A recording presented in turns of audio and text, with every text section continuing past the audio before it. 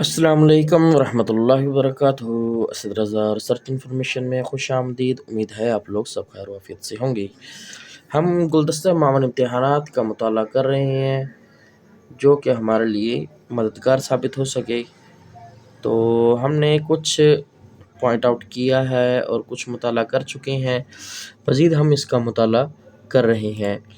تو اس سے پہلے ہم نے سرگودا یونیورسٹی کی جو 2 پیپرز ہیں وہ ان کا مطالعہ کیا ہے، مزید ان کا جو ماڈل پیپر ہے وہ بھی دیکھتے ہیں۔ مزید آپ لوگوں سے یہی ایک گزارش ہے کہ دیکھتے رہیں، سنتے رہیں، سناتے رہیں اور دوسروں تک اس کا علم پہنچاتے رہیں۔ لفظی غلطی ہو تو قبول کر لیجیے گا اور مجھے بتا دیجیے گا کہ بھائی یہ آپ درست کریں اپنے انداز کو، تو میں انشاءاللہ العزیز ضرور کروں گا، اور یہ میرے لیے حوصلہ افزائی ہوگی، نہ کہ میں اس کو برا سمجھوں گا۔ یہ میرے لیے بہتر ہوگا تاکہ میں اپنی اصلاح کر سکوں، کیونکہ ہمارا کام ہی ایک دوسرے کی اصلاح کرنا ہے۔ تو آئے ہم آگے شروع کرتے ہیں۔ بسم اللہ الرحمن الرحیم۔ University of Sargodha model paper داخلہ برائے ٹیسٹ ایم فل اسلامیات 2012 عیسوی کا ہے۔ ایم سی کیوز بیس پہ تھا، اس کے کل نمبر 30 ہیں، تو اس کا ہم مطالعہ کرتے ہیں۔ پہلا سوال ہے، میمیسا، وشیکا، سانیکا اور نئے مشہور فلسفے ہیں ہندو مت۔ تورات، جسے تورات بھی کہتے ہیں، کہ کتنے حصے ہیں؟ 5۔ حواری رسول کس صحابی کو کہا جاتا ہے؟ زبیر بن العوام رضی اللہ تعالیٰ عنہ۔ موہب الرحمن یا مواہب الرحمن کس کی تفسیر ہے؟ امیر علی ملح آبادی کی۔ حضرت حسان بن ثابت رضی اللہ تعالیٰ عنہ کی کنیت کیا ہے؟ ابو الولید۔ ارشاد الساری کس فن کی کتاب ہے؟ حدیث کی شرح ہے۔ عمدۃ القاری حدیث کی کس کتاب کی شرح ہے؟ صحیح بخاری کی۔ تحصیر مصطلح الحدیث۔ تحصیر مصطلح الحدیث کے مصنف کا نام ہے محمود طحان، یہ پہلے بھی آ چکا ہے۔ فتح الملہم شرح مسلم کے شارح ہیں شبیر احمد عثمانی صاحب۔ فتح الباری شرح صحیح بخاری کا نام لیتے ہی کس شخص کا نام ذہن میں آتا ہے؟ ابن حجر عسقلانی کا۔ الفلاحۃ النبتیہ یا نبتیہ کے مصنف کا نام ہے ابن وحشیہ۔ امین احسن اصلاحی نے اپنی تفسیر تدبر قرآن کتنے سالوں میں مکمل کی؟ 23 سال۔ موطا امام مالک کے مؤلف کی سن پیدائش ہے 93 ہجری۔ پہلی وحی کس سن عیسوی میں نازل ہوئی؟ 610 عیسوی۔ اور آپ صلی اللہ علیہ وسلم کی پیدائش 571 عیسوی میں ہے۔ ٹھیک ہے۔ کوہ فاران کا دوسرا نام کیا ہے؟ جبل نور۔ تفسیر خازان کے مصنف کا نام بتائیں؟ شیخ علاء الدین علی۔ دائی اعظم کے مصنف کون ہیں؟ یوسف اصلاحی۔ الکافی ذخائر حدیث میں سے ہے، اس کی تدوین کس نے کی؟ ابو جعفر محمد بن یعقوب۔ استحسان جو شریعت کے چوتھے ماخذ قیاس کی ایک قسم ہے، کس فقہی مسلک کی روح سے شریعت کا ضمنی ماخذ ہے؟ فقہ حنفی۔ وہ حدیث جس میں یا تو کوئی راوی درمیان سے نکل گیا ہو یا کسی مبہم شخص کا ذکر کیا گیا ہو کہلاتی ہے حدیث منقطع۔ کسی شخص کو دوبارہ زندگی میں چچک نہیں ہو سکتی، یہ الفاظ کس مسلم سائنسدان کے ہیں؟ ابن رشد۔ تبوک کا سفر کس سال پیش آیا؟ 9 ہجری۔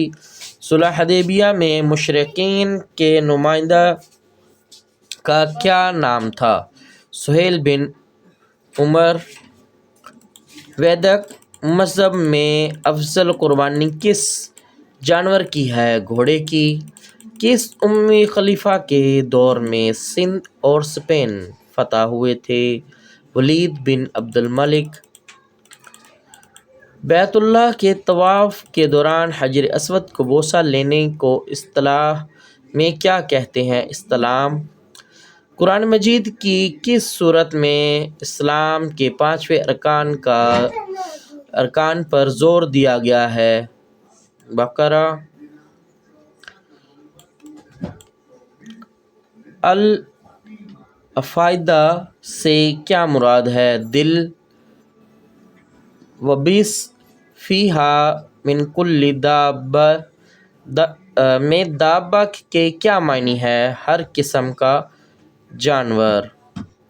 تو یہ ان کا ایک ماڈل پیپر ہو چکا ہے۔ ہم دوسرے ماڈل پیپر جو کہ سرگودا یونیورسٹی کا اس کا مطالعہ کرتے ہیں۔ اس کا پہلا سوال ہے، غزوہ بنو کنانہ کس سن ہجری میں پیش آیا؟ 2 ہجری۔ رؤوس القرآن کس سورت کو کہا جاتا ہے؟ سورہ رحمان۔ قیاس کے کتنے ارکان ہیں؟ 4۔ حج کی کتنی اقسام ہیں؟ 3۔ فتح المبین کسے کہا جاتا ہے؟ صلح حدیبیہ کو۔ سید الشہداء کن کو کہا جاتا ہے؟ حضرت حمزہ رضی اللہ تعالیٰ عنہ کو۔ یہ آپ صلی اللہ علیہ وسلم کے رضائی بھائی بھی ہیں اور آپ کے چچا بھی ہیں۔ الاتقان فی علوم القرآن کے مصنف ہیں امام سیوطی۔ مواخات مدینہ میں نبی کریم صلی اللہ علیہ وسلم کے بھائی کون قرار پائے؟ حضرت علی رضی اللہ تعالیٰ عنہ۔ عون الباری کس کی کتاب ہے؟ نواب صدیق حسن۔ فاتح مصر کن صحابی یا کون صحابی ہیں؟ عمر بن عاص رضی اللہ تعالیٰ عنہ۔ آگے ہے خالی جگہ پر کریں۔ جنگ یمامہ میں 70 حفاظ شہید ہوئے۔ فوری واجب الادا حق مہر کو کہتے ہیں۔ معجل۔ حضرت عمر فاروق رضی اللہ تعالیٰ عنہ کا سن شہادت 24 ہجری ہے اور صبح فجر کی نماز کے وقت آپ کو خنجر مار کے شہید کر دیا گیا تھا۔ شریعت کا اولین ماخذ قرآن ہے۔ امام دار الہجرہ امام مالک کو کہتے ہیں۔ کتاب الآثار امام محمد رحمہ اللہ کی تصنیف ہے۔ تفسیر ابن کثیر کا مکمل نام تفسیر القرآن العظیم ہے۔ ثلث القرآن سورہ اخلاص کو کہتے ہیں۔ تریمورتی مذہب ہندو مت کی اساس ہے۔ ترکی کا دارالخلافہ انقرہ ہے۔ اگلا پیپر جو ہے اس میں انہوں نے مختصر سوالات کے جوابات ہیں جو کہ 24 نمبر کے ہیں، 12 سوالات اس کا مطالعہ کرتے ہیں۔ ضعیف حدیث کی تعریف کریں۔ وہ حدیث جس میں صحیح اور حسن کی شرائط نہ پائی جائیں وہ ضعیف کہلاتی ہیں۔ مسجد ضرار کو کس غزوے کے بعد گرایا گیا اور کس صحابی نے گرایا؟ منافقین کی طرف سے بنائی گئی مسجد ضرار کو غزوہ تبوک کے بعد مالک بن دخشم رضی اللہ تعالیٰ عنہ اور معن بن عدی رضی اللہ تعالیٰ عنہ کے ذریعے گرایا گیا تھا۔ المحدث الفاصل کس فن کی کتاب ہے اور مصنف کا نام لکھیں۔ یہ اصول حدیث پر باقاعدہ لکھی جانے والی سب سے پہلی کتاب ہے جو کہ قاضی ابو محمد رمزی کی ہے۔ حدیث اور اثر میں فرق واضح کریں۔ بات یہ یاد رکھیں کہ یہ اکثر سوالات آ جاتے ہیں PPSC کے اندر۔ اصطلاح میں حدیث سے مراد وہ قول، فعل، تقریر یا وصف ہے جس کی نسبت رسول اللہ صلی اللہ علیہ وآلہ وسلم کی طرف ہو، جبکہ اثر سے مراد صحابہ کرام کی طرف منسوب اقوال و افعال ہیں۔ یاد رہے دونوں میں فرق ہے۔ سورہ فاتحہ کے 2 نام ہیں، الفاتحہ، الشفا، سب المثانی، رقیہ، دعا، اور بھی نام ہے، فی الحال 2 ہی کافی ہے۔ حدیث حد قذف کس شرعی سزا کو کہتے ہیں؟ الزام تراشی پر جو سزا دی جائے وہ حد قذف کہلاتی ہے۔ پاکستان نے پہلا ایٹمی دھماکہ کب اور کہاں کیا؟ چاغی کے پہاڑی سلسلے میں، جسے ہم کہتے ہیں چاغی کے مقام پر 28 مئی 1998 عیسوی کو ڈاکٹر عبدالقدیر خان کے ذریعے یہ کروایا گیا۔ جنگ قادسیہ کب اور کس کے دور میں ہوئی؟ جنگ قادسیہ شعبان 15 ہجری کو حضرت عمر فاروق رضی اللہ تعالیٰ عنہ کے دور خلافت میں ہوئی تھی۔ بنی اسرائیل کے آخری 2 انبیاء کرام کے نام لکھیں۔ حضرت زکریا علیہ السلام، حضرت یحییٰ علیہ السلام اور آخر میں حضرت عیسیٰ علیہ السلام۔ 2 عیسائی فرقوں کے نام: پروٹسٹنٹ، کیتھولک۔ حافظ المشرق کون سے اور سن وفات کیا ہے؟ ابن بن علی احمد بن علی البغدادی کو حافظ مشرق کہا جاتا ہے۔ 463 ہجری کو فوت ہوئے۔ مستدرک سے کیا مراد ہے؟ کسی محدث نے ایک خاص معیار کی روایت اپنی کتاب میں نقل کرنے کا اہتمام کیا ہو اور ان میں بعض روایات نقل نہ کی ہوں تو ایسی رہ جانے والی روایات کو الگ جس کتاب میں نقل کیا جاتا ہے یا اس کو نقل کرنے کا اہتمام کیا جاتا ہے، اس کتاب کو مستدرک کہتے ہیں۔ سوال نمبر 4 ہے، جس کے کل 36 نمبر ہیں، 12 نمبر کے سوالات ہوں گے اور دیکھتے ہیں۔ شاہ ولی اللہ کے نزدیک کون سے 4 گروہ ہیں جن کو قرآن کریم میں خامسہ یا خاصمہ کیا گیا ہے؟ تو اس کا میں آپ کو بتا دوں، یہ الفوز القبیر ہے ان کی کتاب، اس کے اندر ذکر کیا گیا ہے، باب اول میں ہی ہے۔ منافقین، مشرکین، نصارہ اور یہود۔ کوئی ایک ناسخ اور اس کے ساتھ منسوخ ہونے والی آیت لکھیں۔ سورہ بقرہ کی آیت نمبر 240 اسی صورت کی آیت نمبر 234 سے منسوخ ہے۔ والذین یتوفون، آگے آپ کو مکمل پتہ ہی ہے، وقت کو بچاتے ہوئے آگے ہم بیان کرتے ہیں اپنا دوسرا حصہ، کیونکہ یہ آیت بیچ میں حذف کی گئی ہے اس لیے مکمل نہیں ہے، تو آپ لوگ ان کو دیکھ لیجئے گا اور آگے مکمل آیت کا مطالعہ ضرور کیجئے گا، یاد بھی ہو تاکہ بآسانی انسان جواب دے سکے، اور اکثر یہ انٹرویو کے اندر بھی آ جاتا ہے۔ حدیث صحیح لغیرہ کی تعریف کریں۔ وہ حدیث جس کا کوئی راوی خفیف الضبط ہو لیکن متعدد طرق سے منقول ہونے کی وجہ سے صحیح کے درجے پر آ جائے۔ صحیفہ صادقہ اور کتاب صدقہ میں کیا فرق ہے؟ بیان کریں۔ صحیفہ صادقہ حضرت عبداللہ بن عمر بن العاص کا ہے اور اس کو ڈاکٹر حمید اللہ نے ایڈٹ کیا ہے، اور اب یہ مسند امام احمد میں شامل ہے۔ اس میں 1000 روایات ہیں، اور کتاب صدقہ آپ صلی اللہ علیہ وآلہ وسلم کے لکھوائے گئے فرامین پر مشتمل ہے، جس میں زکوٰۃ اور صدقات کے احکامات شامل ہیں۔ ابو جندل کا تعلق سیرت کے کس اہم واقعے سے ہے؟ حضرت ابو جندل رضی اللہ تعالیٰ عنہ کا تعلق صلح حدیبیہ کے تحریری معاہدے والے واقعے کے ساتھ ہے۔ یہ صحابی سہیل بن عمر کے بیٹے تھے اور ان کا نام آس تھا۔ سوال، لیبیا اور مصر کے دارالخلافت کا نام لکھیں۔ لیبیا کا دارالخلافہ طرابلس، جبکہ مصر کا دارالخلافہ قاہرہ ہے۔ الہ کی تعریف کریں۔ الہ سے مراد اس بات کی قسم کھانا ہے کہ شوہر بیوی سے لا تعلقی رکھے گا۔ الہ کی مدت 4 ماہ ہے۔ امام مالک اور امام شافعی کے نزدیک الہ سے طلاق رجعی ہو جاتی ہے، جبکہ امام ابو حنیفہ کے نزدیک طلاق بائن ہوتی ہے۔ حواریوں میں یہود اسکریوتی کی وجہ سے شہرت کیا تھی؟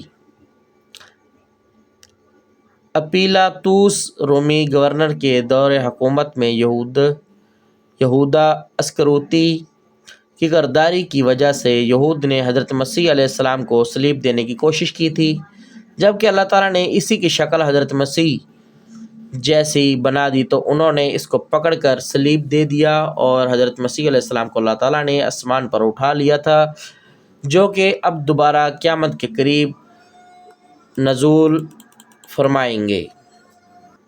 مسیحی لٹریچر میں نیقیہ کونسل کی کیا اہمیت ہے؟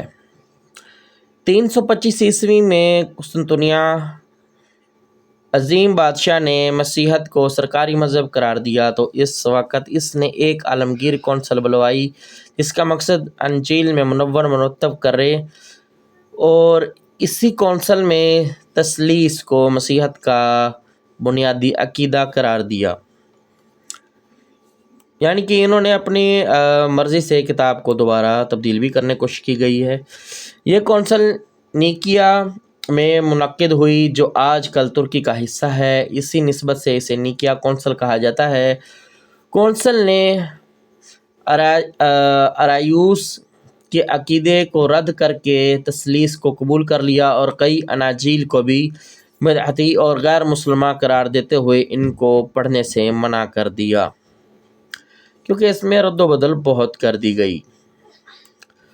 قرآن سے ثابت کریں کہ وحدت ادیان کا اصول اسلام نے پیش کیا۔ وحدت الادیان سے مراد دنیا کے بڑے بڑے مذاہب کو یکجا کر کے ایک اجتماعی مذہب تیار کرنا ہے۔ اس اصطلاح کو دوسرے الفاظ میں یوں بیان کیا جا سکتا ہے کہ دنیا میں جتنے ادیان موجود ہیں سب برحق ہیں، دین حق ہے اور الحاد میں کوئی فرق نہیں۔ اسی طرح دین حق و بت پرستی میں کوئی فرق نہیں، اور حق صرف ایک دن میں منحصر کرنے کا دعویٰ باطل ہے۔ اسی نظریے کی روح سے تمام ادیان برحق ہے، کسی بھی دین کو باطل کہنا جائز نہیں۔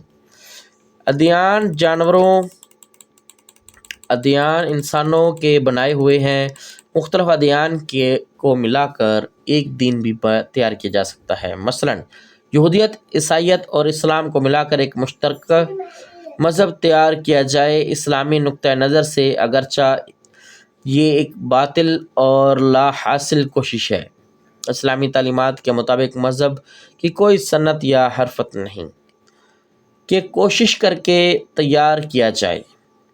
یہ تو ربانی تعلیمات کا مجموعہ ہوتی ہے جو اللہ تعالیٰ کی طرف سے وقت کے پیغمبر کو وحی کے ذریعے دی جاتی ہے۔